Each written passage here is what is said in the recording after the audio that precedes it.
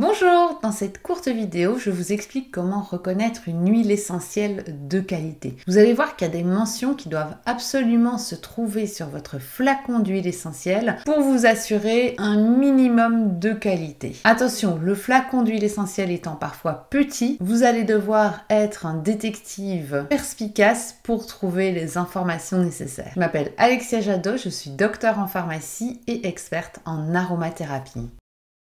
L'aromathérapie est un domaine en plein essor. Vous allez trouver sur le marché de plus en plus d'huiles essentielles et vous ne saurez bientôt plus à quel saint vous vouez. Certaines huiles essentielles que vous allez rencontrer ne sont même pas des huiles essentielles à proprement parler, mais des simples essences de synthèse et donc bien sûr, l'efficacité ne sera pas au rendez-vous. Vous ne pourrez rien faire avec ces vulgaires essences de synthèse, à part peut-être pouvoir parfumer votre linge. Mais attention, car ces essences de synthèse peuvent parfois s'avérer toxiques. La première mention qui doit se trouver sur votre flacon d'huile essentielle pour vous assurer de la qualité est le nom latin. Le nom latin, que ce soit une huile essentielle ou une huile végétale, est le nom international en aromathérapie. C'est-à-dire que vous soyez n'importe où dans le monde, c'est ce nom qui va vous permettre de communiquer entre vous et d'être certain que vous parlez de la même chose. Si je prends ici mon flacon de citron, vous voyez citrus limon est indiqué en grand. C'est le nom latin de mon citronnier qui va être utilisé partout dans le monde.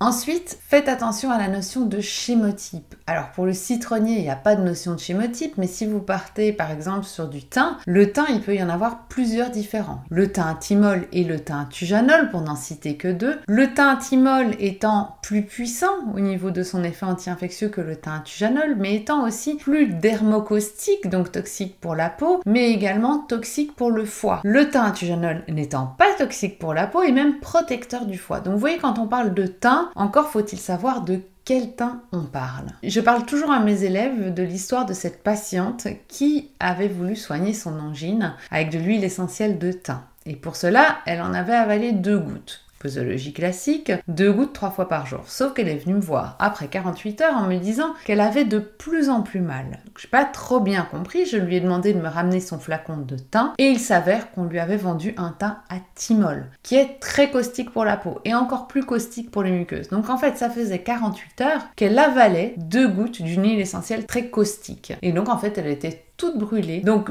elle s'était bien débarrassée de ces bactéries ou de ces virus, mais son œsophage était tout brûlé. Il a fallu donc, après, cicatriser cet œsophage. Oui, il faut vraiment être très prudent. Un thym n'est pas un autre en aromathérapie, un romarin n'est pas un autre. Il y a vraiment toujours des différences. Et c'est la notion de chémotype qui va nous permettre de faire la distinction. C'est exactement la même chose que pour les vins ou que pour les champagnes. En fonction de l'endroit où les vignes sont cultivées, votre vin va avoir un goût différent, une odeur différente, parce que les molécules qui vont être synthétisées ne seront pas tout à fait les mêmes. Et bien c'est exactement la même chose en aromathérapie.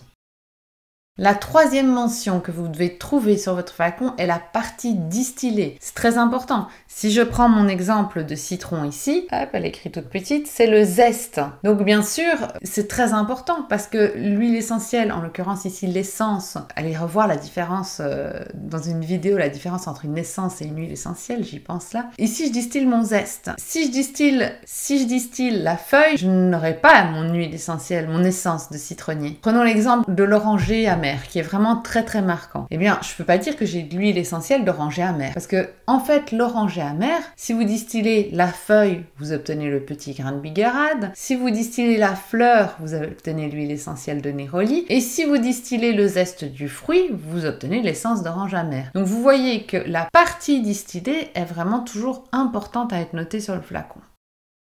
La traçabilité. Regardez toujours sur votre flacon si vous avez bien un numéro de lot, une date de péremption et aussi un pays d'origine de votre huile essentielle. On sait très bien que certaines huiles essentielles donnent la meilleure composition moléculaire si elles sont cultivées dans certains pays. Je prends l'exemple du Ravinsara. Le Ravinsara doit être cultivé à Madagascar. Donc c'est vraiment important de se dire, est-ce que j'ai bien l'endroit où ma plante a été cultivée?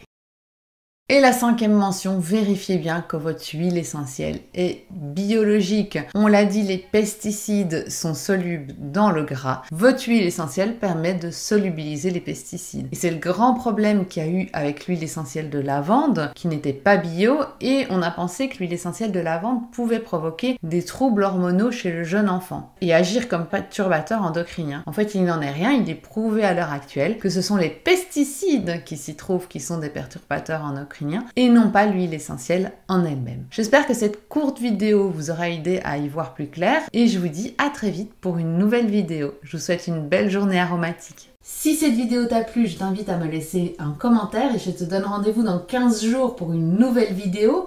Si tu veux en apprendre plus sur les huiles essentielles et les utiliser dans ton quotidien, pense à cliquer sur le bouton s'abonner puis sur la petite cloche pour être notifié dès que je mets une nouvelle vidéo en ligne.